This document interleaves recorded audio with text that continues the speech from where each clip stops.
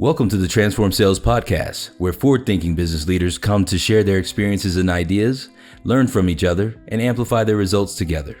All right, guys, welcome to another session of the Transform Sales Podcast, So Soft Review. Your host here, Dave Menjura, and I have a special guest today. We have Hugo from partnerprogram.ai, which is the co-founder. Thank you for being here.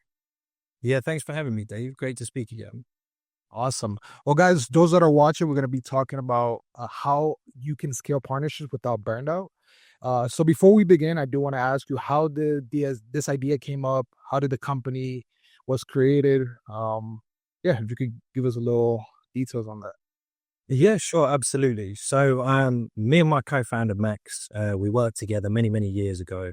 And then we stayed in SaaS in different places. So going from global organizations and really big companies to, again, faster paced startups at the cutting edge of technology. And one of the challenges that they were looking for is kind of how can we scale? And there's two ways people have gone about this. One is really throwing the kitchen sink into sales and service. Big term hiring, heavy on the outbound, which can be a high risk play. And then another way is to grow kind of more conservatively, risk averse, and kind of grow a bit more logically. We thought the answer was kind of somewhere in the middle, and we'd seen excellent results from partnerships. And this had kind of come about. It started off very much through consulting work, trying to replicate some of the work of global partnerships for, faster paced startups. And then as we went on, we realized that there was a bigger and bigger gap in the market for a partner portal that kind of addressed the needs that we were seeing that were kind of largely unmet in the space. Got it. So were you seeing a lot of manual work, a lot of, the topic here is burnout, right? So I'm guessing in my case, it requires a lot of manual work. I also been in this field because I also manage partner programs, and I know there were some challenges that I faced. For example, where I didn't know how to even speak to these people, right? So how to get a deal across, how to document this information, and having a tool like this one definitely has made my day-to-day a lot easier, right? So This is definitely going to be an interesting topic, not only because I see the value that it brings, but also because I experience a lot of challenges. So this is definitely something that's going to be great for us. Yeah, so people experiencing burnout. And I think it's like you said, it's necessary to have a portal. And one of the phrases that we heard before actually building this, so we spoke to over 100 industry leading professionals to actually kind of validate this idea before we got into it. One of the things that we heard more than once or twice was necessary evil. And we wanted to get away from it being something that was necessary to being something that's fantastic to have for both vendors and partner, because they're the ones doing the work. No, absolutely. And one of the things that I've seen a lot in this industry when it comes to this PRMs is that sometimes you have like this very high qualified partner, and maybe there's links that are not working, the submission is not working, and then those deals actually get closed. And then obviously the person knows that they brought those leads in. They're getting notification from those buyers that purchased, but there's no way for them to back up the deal that was closed. So now that could affect some relationships later on. So having a program like this and well set up is very essential to keep those relationships strong, and obviously to keep the people motivated to continue promoting, right? Yeah, I think you hit the nail. I think you hit the nail right on the head. So I think that's what we were really looking to do, was kind of decomplicate the process. So pull out a lot of features that are kind of being strapped onto PRMs that just don't make sense from a logical point of view. But then also, doing other things like really speeding up processes. So being able to sign up a new partner in 60 seconds, and for a new partner to be able to log on the platform, and all they need to do is type in a password, and suddenly they have access to a load of stuff that's going to help them sell. So I think it's really helping you sell to your partners. I agree. And one of the things you just mentioned is enabling them to properly sell, right? I feel like one of the main things that partners, especially me, I look for a good amount of resources for me to be well equipped to promote, right? And what I've seen, for example, we use Partner Stack, right? And one of the things that we found the most value is being able to have those resources where I can go ahead and share that with the audience that's promoting and they're ready to promote, right? So awesome. I did wanted to ask you a question just so we can start moving forward is what alternatives were your customer using before buying your software? Yes, so that's a good question. I think so. We've had a few people move over from other PRMs just because of the ease of use and again, some requests from partners. But primarily, the main competition here has been stuff like, primary CRM tools. So stuff like HubSpot, Salesforce, and a mixture of Excel spreadsheets. So I think it's kind of serving an underserved community because I think especially once you get into the realms of having £1 million sales targets, like you want a way to be able to have full visibility over the pipeline that's coming in and a bit more control of, when you want to involve yourself in certain deal cycles, where to focus your energy, especially once you're dealing with, partnerships that have got, bigger volumes in terms of sales, but also bigger volumes in terms of individuals and of course, more partnerships overall. Of course. And one thing that I think is very important is the visibility, right? If you're able to see who are your top performers, it gives you a sense like, hey, maybe I should invest more resources here. Maybe I should support them with some sponsor ads, for example, right? And then you can definitely try to generate more revenue off those efforts, right? And I see that work very well, right? For example, I had success promoting programs and they reached out to me and say, hey, I see that you're doing good. You got good activity. Let me go ahead and support you on that. And then they comment, they reshare, or they even invest in ads so that you could get more visibility, right? So it Yeah. also helps. Yeah, it's really interesting what you're talking about there because we noticed that dynamic is, I guess it kind of echoes across all of sales and it really echoes within sales teams as well. And so it was funny. It was in one of my prior roles many years ago. I was doing cybersecurity channel sales for a major provider. And we were working with a reseller and they happened to have a big team of like, I think 40 or 50 sales reps who were able to resell this solution. And once we started kind of digging into where the success stories were coming from, because the numbers weren't bad, like they were reasonable for a partnership. But once we started digging into this, we found that there were only 4 reps who were kind of submitting regular deals. And we thought, hang on, there's something here. So we did a tremendous multiple of the number on that year by just socializing it across the whole team, which was a lot of work. But what we found is that, again, sales guys, they like the path of least resistance and sales guys all like making money. So if they can see where that's being done, then that's a really powerful story to tell kind of throughout the business. So we made on the platform, what we did is we made the dashboard kind of two ways. So both you're going to have access to that information as a vendor, but also your partners, if they're part of a wider team, they're going to see when they're compatriots. So, bringing in big deals and they're going to see the details on that and they're going to be able to replicate it, which is good for everyone. It's kind of cool to see how, if I have a visibility of how I'm being measured, what I'm bringing in, then I know where to shift my attention and where to kind of tweak either the messaging, the formatting, or even the offer, right? Sometimes there's companies that might not have the most compelling offer, but if you know how to frame the content in a way that it sounds compelling, most likely they're going to land on the website, right? And I've seen that happen a lot, right? Yeah, awesome. I think you hit the nail on the head, yeah. Awesome. So you did mention a couple challenges, like having to use Excel sheets, not having consolidated data in a tool, but what other challenges is your customers facing?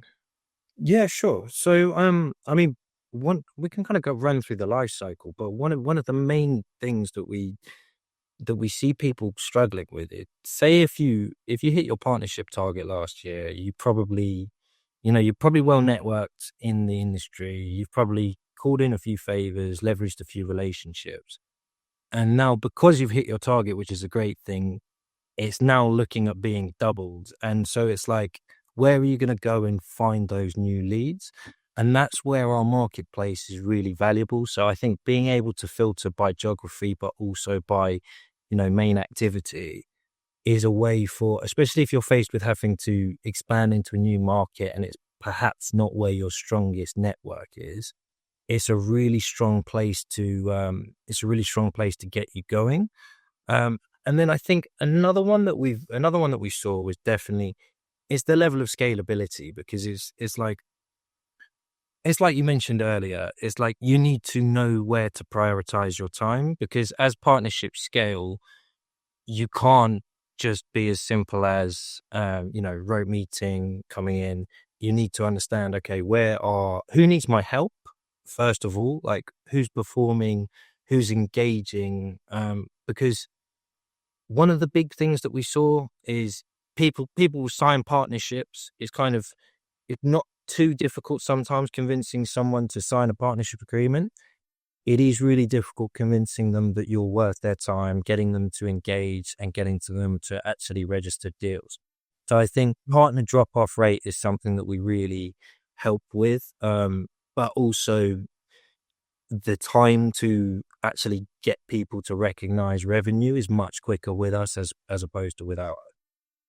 No, 100%. I feel like that's something that we experienced as well, right? Is if you're not keeping that audience engaged and showing them how they can possibly make it real, get some buck out of it, right?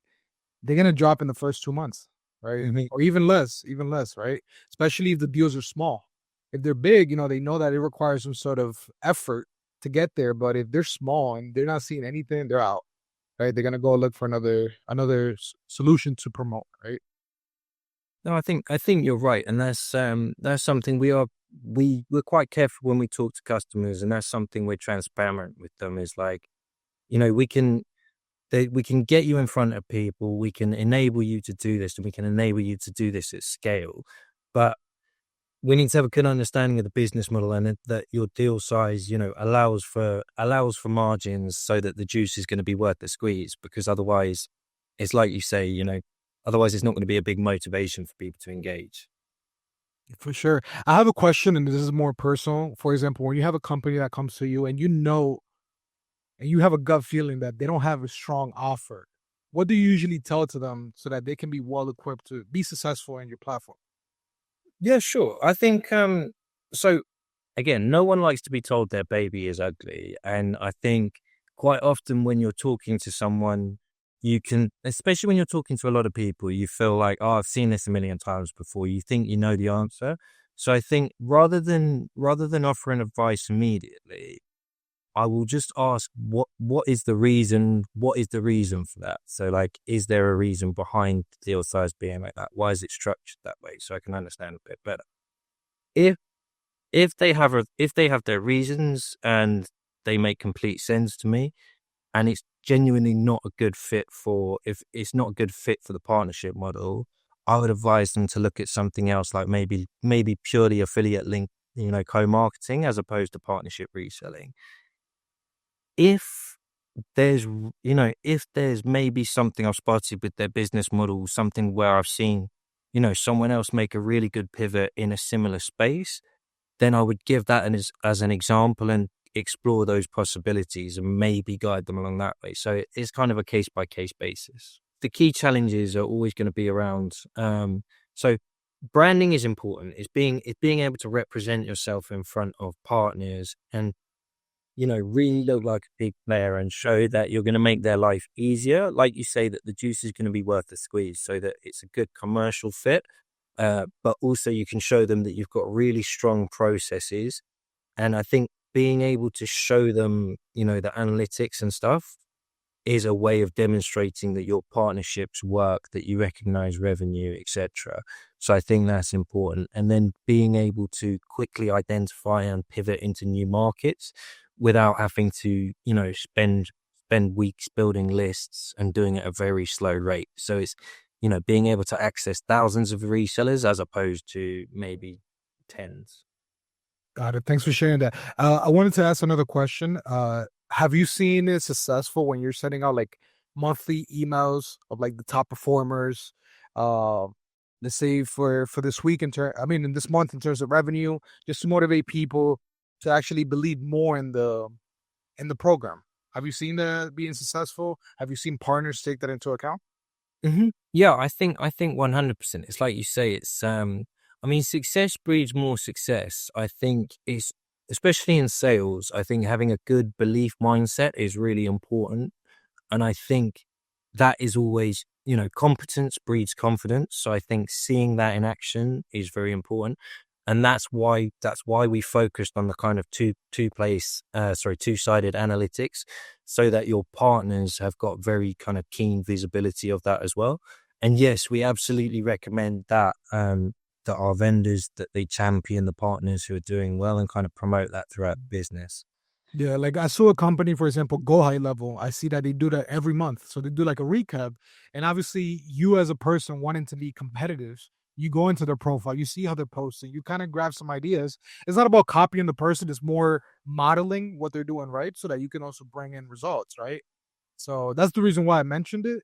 But at this point, I do want to go to our audience's favorite part, which is showing the demo. So so before we get into the demo, let me set the scene a bit for you. So let's imagine we'll put you in the shoes of kind of one of our customers, someone who actually came to us recently.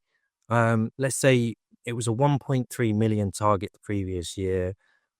This lady had hit the target, done an excellent job. Again, by leaning on a lot of her personal network and connections, and really kind of squeezing the value out of that. She was then faced with the task of doubling that target, but also expanding into the US market. Now, this person was based in the UK. She had a really strong network around Europe, but not so much in the US.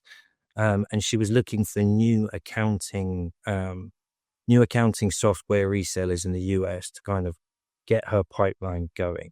So taking you on this partner journey. So again, there are two kind of jobs that she's faced with for this year. That's finding more lemons and getting more juice out of each lemon that she can find.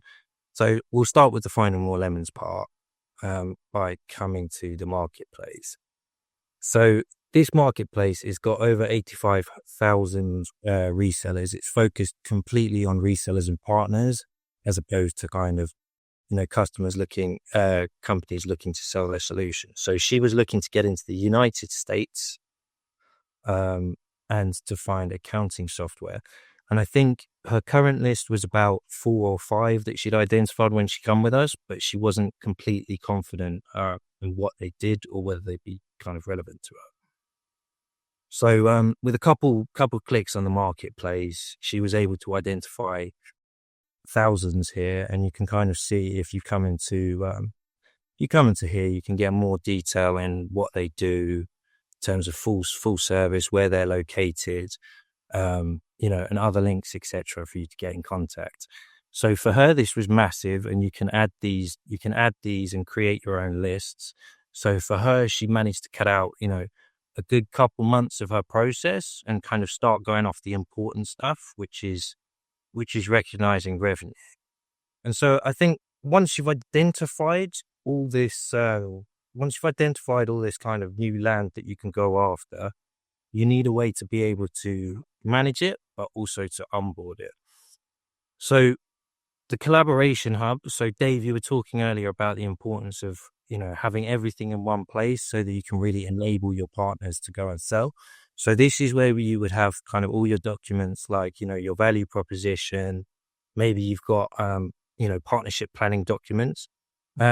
We also recommend having documents in there kind of as to how you're going to engage in the sales cycle. So who's going to do what part. So it's super clear here. Okay. And the other thing that's cool about this is, so this is something that they can have access to immediately. When you update content, you can treat people as kind of, whole bunch, or you can subcategorize in based on, what sectors your vendor is going to be focused on. Got it. And the other thing that's cool is you can immediately know who's actually engaging with your content.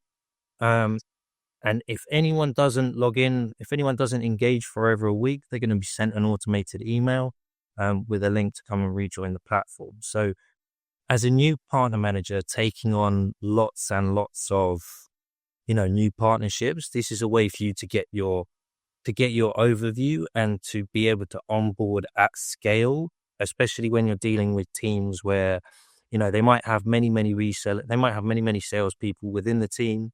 they might have a high turnover rate, and you, as a small team, you might not have the capacity to kind of engage and do all of these meetings and be enabling people every time someone joins the team. I did wanted to ask you, do you guys have some sort of like announcement layout where, if there's any updates on the company, anybody will be notified, or is all managed through the email outreach? Yeah. So we have the email alerts, but also we have the dashboards. And what's cool about the dashboards is your partners will see mapped views on this. So what you're going to be able to see in here is you're going to be able to see all the deals that have come in, but you can even click onto individual partners. And here you're going to have all the high level views, like in terms of pipeline, how much is closed won, but also the things that need your attention. So you can see there's pending deals here. You can click on and get all the information that you need to know, including time frames. So you're going to know, how urgent is it for you to, it's like you were talking earlier about how you need to prioritize your time, especially when you're dealing with larger organizations and multiple deals, so that you can essentially get the most bang for your buck. 100%. No, thanks for sharing that. I wanted to ask you, when it comes to who's responsible to make sure that your prospects are successful, do they have like a customer success rep? Do they have somebody that'll be looking out for them? Or do you feel that the tool itself is very self-serve, where there's not too many questions asked? I can easily go in there and start activate my account. How does that kind of work? Yeah, so I mean, again, it's super intuitive, and that was something that was very important to us when we built it, because I mean, sales reps in particular can be very lazy. Take one look at something and say, not using it. And that's why we made it possible for people to sign up to the platform in less than 60 seconds. So that there's no argument when that gets done. Got it. The other cool thing about it is that the deal registration, so your partners can register deals. And one of my favorite tricks for if you're having a sales rep who's, let's say they're a top performer and they're not engaging with the content, you can actually register a lead and provide them a lead. So essentially the flip side of deal registration, and hand them leads, because what sales rep isn't going to engage when you're handing them a hot opportunity? 100%. That's definitely sick. The last question that I wanted to ask is, what are the KPIs that your ideal customer use to evaluate their success with your software for this use case, and what quantifiable outcomes can they expect? Yeah, sure. So again, one of the first things to track is obviously, so revenue and pipeline and the change in that. But kind of flipping it on its back, if we go through what you're going to be able to measure immediately. So start off in the first week, you'd want to see your partners registering deals, because again, if they're a worthwhile partnership, you'd assume that they've got a couple of opportunities that are available. You're also going to want to see your partners engaging with the content and start tracking, okay, what percentage are we on this? So how many of our reps have actually engaged with our content, and then start building that up.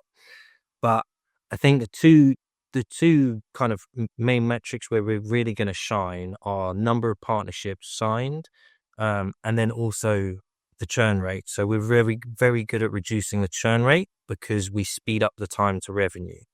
Because essentially, the quicker people are signing deals, the more value they see in the partnership.